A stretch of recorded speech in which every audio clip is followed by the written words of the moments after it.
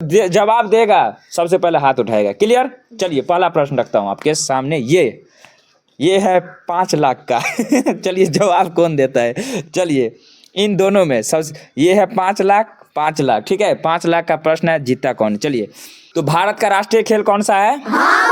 Hockey. अगली question, हाथ उठाएगा तो सब पता चल जाएगा, ठीक है। चलिए आपको बताना है, हाथ खड़ा करना है, ठीक है। तो उसको जो हाथ जानेगा वो हाथ उठाएगा, उसी से हम पूछेंगे। भारत का पड़ोसी देश है चीन, तो चीन का राष्ट्रीय खेल कौन सा है? हाथ उठाएगा। चलिए चलिए चलिए चलिए चलिए राघव आप बताइए। Table tennis. कौन सा है? Table tennis. तो आप लोग भी कमेंट कीजिएगा।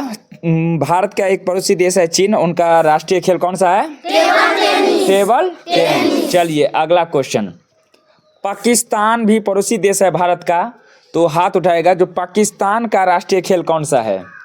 1 मिनट रुकिए, चलिए बताइए। हॉकी।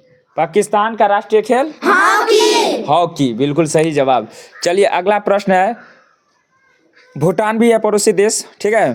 भारत के टोटल कितने पड़ोसी देश हैं? 7 है ना, तो भूटान भी है। तो आपको बताना है कि भूटान का, हाथ उठाएगा, भूटान का राष्ट्रीय खेल कौन सा है? भूटान का राष्ट्रीय खेल, चलिए जवाब दीजिए, थोड़ा आप जवाब दीजिए। तीरंदाजी। तीरंदाजी। 1 नंबर। चलिए उसके बाद है बांग्लादेश, है ना, बांग्लादेश भी है, ठीक है। हाथ उठाएगा। बांग्लादेश का राष्ट्रीय खेल कौन सा है? पीछे से देख लूं, 1-2 बच्चे अगर जवाब, चलिए बच्चे आप बोलिए। कबड्डी। तो बांग्लादेश का राष्ट्रीय खेल कौन सा है? कबड्डी। कौन सा है? कबड्डी। कौन सा है? कबड्डी। कौन सा है छोटकी? कबड्डी। सभी बड़े बच्चे थोड़ा कॉन्फिडेंस में रहिए, ठीक है, ठीक। एक और मैं खेल से रिलेटेड क्वेश्चन पूछ देता हूँ और देखता हूँ, एक पड़ोसी देश और है। श्रीलंका का राष्ट्रीय खेल कौन सा है? 1 मिनट के, आइए बच्चे, ये इससे पूछता हूँ। श्रीलंका का राष्ट्रीय खेल वॉलीबॉल। कौन सा है? वॉलीबॉल। श्रीलंका का राष्ट्रीय खेल वॉलीबॉल। चलिए अब थोड़ा इतिहास से मैं क्वेश्चन पूछने वाला हूं, और जो जवाब देगा सबसे पहले हाथ उठाएगा। क्लियर? चलिए पहला प्रश्न रखता हूं आपके सामने। ये है 5 लाख का चलिए जवाब कौन देता है?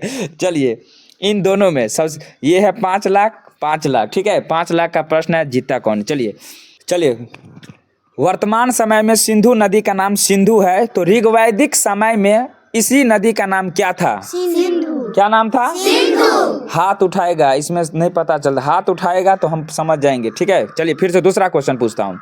चलिए वर्तमान समय में झेलम नदी का नाम अभी झेलम है, लेकिन ऋग्वैदिक काल में क्या नाम था झेलम नदी का? चलिए बोलिए। क्या नाम था? वितस्ता। क्या नाम था? बिल्कुल सही जवाब। क्या नाम था? चलिए अगला क्वेश्चन, रावी नदी अभी वर्तमान में नाम है, लेकिन ऋग्वैदिक समय में इसी नदी का नाम क्या था? अरे वाह, क्या नाम था? परुष्णी नदी। चलिए दूसरा क्वेश्चन है, ऋग्वैदिक समय में सरस्वती नदी का क्या नाम था? क्या नाम था? चलिए एक बार कोई नहीं बोलेगा, इस बार हाथ उठा के इससे पूछता हूँ, ठीक है। चलिए आपको बताना है, वर्तमान समय में अभी व्यास नदी का नाम व्यास नदी है, लेकिन ऋग्वैदिक समय में, ऋग्वैदिक काल के समय में जो ये व्यास नदी का नाम क्या था? विपाशा। कठिन? विपाशा। क्या नाम था? विपाशा। क्या नाम? विपाशा। उसके बाद सतलज नदी, हाथ उठाएगा। सतलज नदी का नाम ऋग्वैदिक काल में क्या था? चलिए राघव जी बोलिए। सतुद्री। चलिए क्या नाम था? सतुद्री। राम क्या नाम? सतुद्री, ठीक है, सतुद्री। ये सवाल है 10 रुपये का ठीक है। चलिए सवाल है 10 रुपये का, ठीक है। चलिए अभी के समय में चिनाब नदी का नाम चिनाब नदी है, लेकिन ऋग्वैदिक काल के समय में चिनाब नदी का नाम क्या था? तो जोरदार ताली, काफी याददाश्त है आप लोगों को। क्या नाम था? अष्टकनी। क्या? चलिए बहुत बढ़िया, बहुत बढ़िया।